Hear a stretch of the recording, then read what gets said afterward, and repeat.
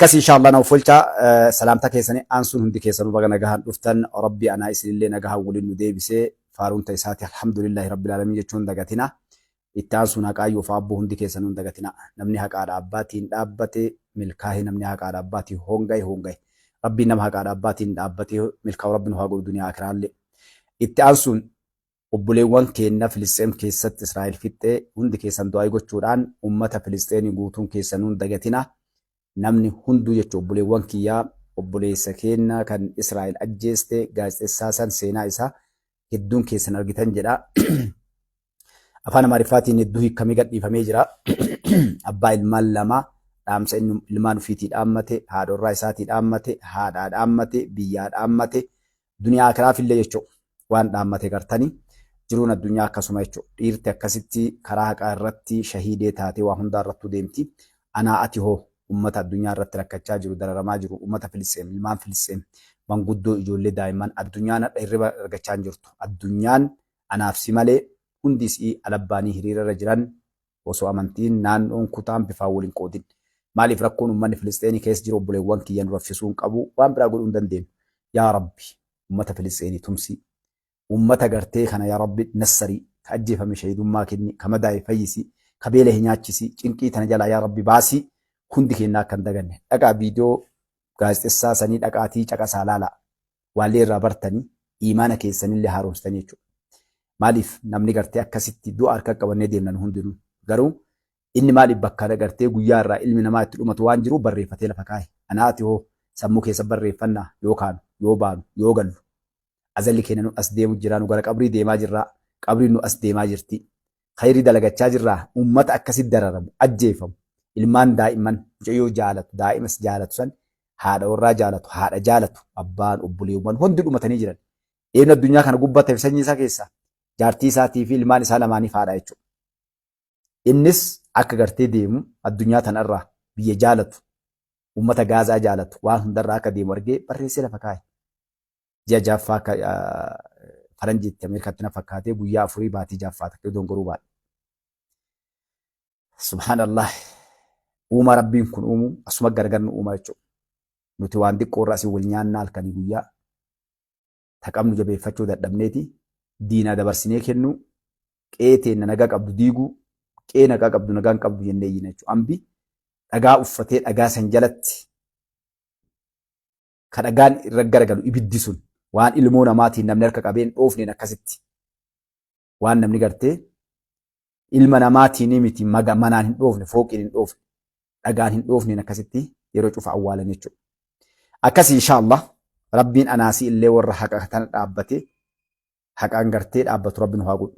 Hin dagatinaa du'aayiidhaan uummata Filisxeem qofaa miti uummanni musliimaa addunyaa keessatti chaayinaa keessatti bakki itti dararamaa hin jirre hin jiru jechuudha. Maaliif rabbi amanuuf kun hundi irraa dhufe jechuudha. Zaalimni illee guyyaa takka qabaa inshaallah biiznillaahi ta'ala. Osoo beekanii uummata Filisxeem Israa'eliin ajjeestu osoo beekte osoo bakka isaan dhaqan beekte osoo waan isaan argatan beekteen ajjeeftu wallahi cinqii addunyaa tana keessaa inshaallah shahiidummaa argatanii jannatul firdoosii yaadu manni sun jechuudha. Garuu hin beektu isin namni nama ajjeesu kun zaalimni kamuu ta'e abbaa feetee bara yoo zulmiin ati ajjeefamte inshaallah rabbi biraa maaltu hawwama jannatul firdoos jannata keessaa illee jechuudha. Namni haqa isaa irratti biyya isaa irratti daangaa isaa irratti ajjeefame akkas inshaallah rabbiin shahiidummaa haa kennuuf uummata Filisxeem. Nu'ullee iimaan akkasii rabbi nuu haa kennu. Uummata ziqii qabu uummata xiqqaan isaa daa'imni xiqqoollee daa'imni xiqqaan waan an seenaa takka isin himeetti seenaa sagantaa keenyatti sammuu kiyya keessaan baan hedduu yoo xiqqaate gara 100 ol sammuu kiyya seef godhee jira. Isa keessaa obboleewwan lamaan xixiqqoo ganna 10 gadi tokko dhawame. Yeroo dhawame obboleessi bira jiru waan jedheen deemu jirtaa na dursitee deemtee atillee maa ansi dura deeman jenne eega deemte rabbiin waan haan himtu maatii isaanii maqaalee jechuudha. Osuma akkana jedhu obboleessi yeroo innis sakaraan itti dhufee arge shahadaa qabadhu jeen gartee hongoon deemini daf shahadaa qabachiisee geggeesse takka jedhe kalammataa mataa dhawamee fidan mana hakimaa narsittiin mucaa daa'ima xiqqa bareedaa isaati akka inni jiru agartee cinqamtee waliin maaltu si dhagama jennaan bishaantu mataa kana keessa na yaa'a jedheen. Doktortichi ijoollee biraa gargaaraa jira. Yeroo inni akka jedha kan inni bes du'aa jiru arge jecha san qofaan.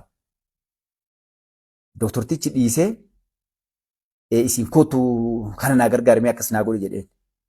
Jennaani antuu jiraa jedheen narsiitti. Inshaallah waan rabbitti sii himu natti madhu jedheen. Anaas yoo taane ni boonnaa ni rifannama. Maaliif bakka deemaa jiru arga inni.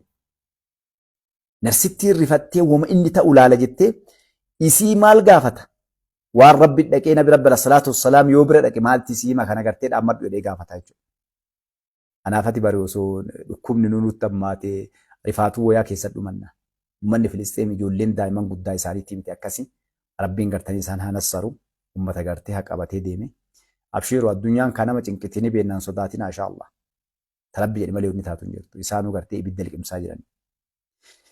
Akkasii qalee bareedduu ilmaan Oromoo uummata san rabbi haa nassaru uummata haqaa uummata gartee jagnasanii uummata gartee zolloomame uummata miidhame addunyaan iyyuuf jirti Filisxeem biyya ta'uu qabdi kan jedhuun daangaan jara lamaanii sararamee nagaan uummanni sun akka jiraatuuf jechaa jiranii biyyoonni addunyaa kan bakka hundaa buqqanii baanii jiranii tankaarfi jajjabaa bareedaa fudhachaa jiranii isaan dachii gubbaa duguuguna jedhanii gartee kaaballeessuudhaaf walumaa gala ka'anii Arabni gaala guutuu isaa danfiseetiin gartee israaf godhee jala taa'eetiin gartee nyaata warri silaa gartee obbolummaa dhiigaa walitti aananiif waan hedduun silaa godhu gaaznaa fi qabeenyi Arabni baasee deebisee uummata Filisxeemii fixaa jira jechuudha. Akkasii inshaallah rabbiin isaanii haa tumsu waan biraa goonuu hin qabnu humna biraa hin qabnu rabbiin isaanii haa tumsu rabbiin warra du'e shahidummaa kennu kamadaa haa fayyisu kabeela haa nyaachisu cinqisan keessaa kaaliqni haa baasu. Gara teennat deebina. Garee bareedduu ilmaan Oromoo oduu gammachiistuu bareedduu harkaa isinii qabna. Lullee kaa gartee wanni as gubbaa teennee isin qaqnee halkanii guyyaa asii walii iyyinuun maali? Rakkoon fakkaataan kun akka nutti hin dhufneef biyyi taphaa miti. Biyyi taphaa miti. Biyyi haadha. Biyyi abbaa. Wanni akka biyyaan jirtu jechuudha. Uummanni Filisxeemuun dhumachaa jiru biyya ofiitiif. Kanarraa baraaruudhaaf sa'a 24 olii iyyinaa hirriba dhabdanii nu jala teettanii isinis kana gartee ofirraa dhoorkuudhaaf jabaadhaa.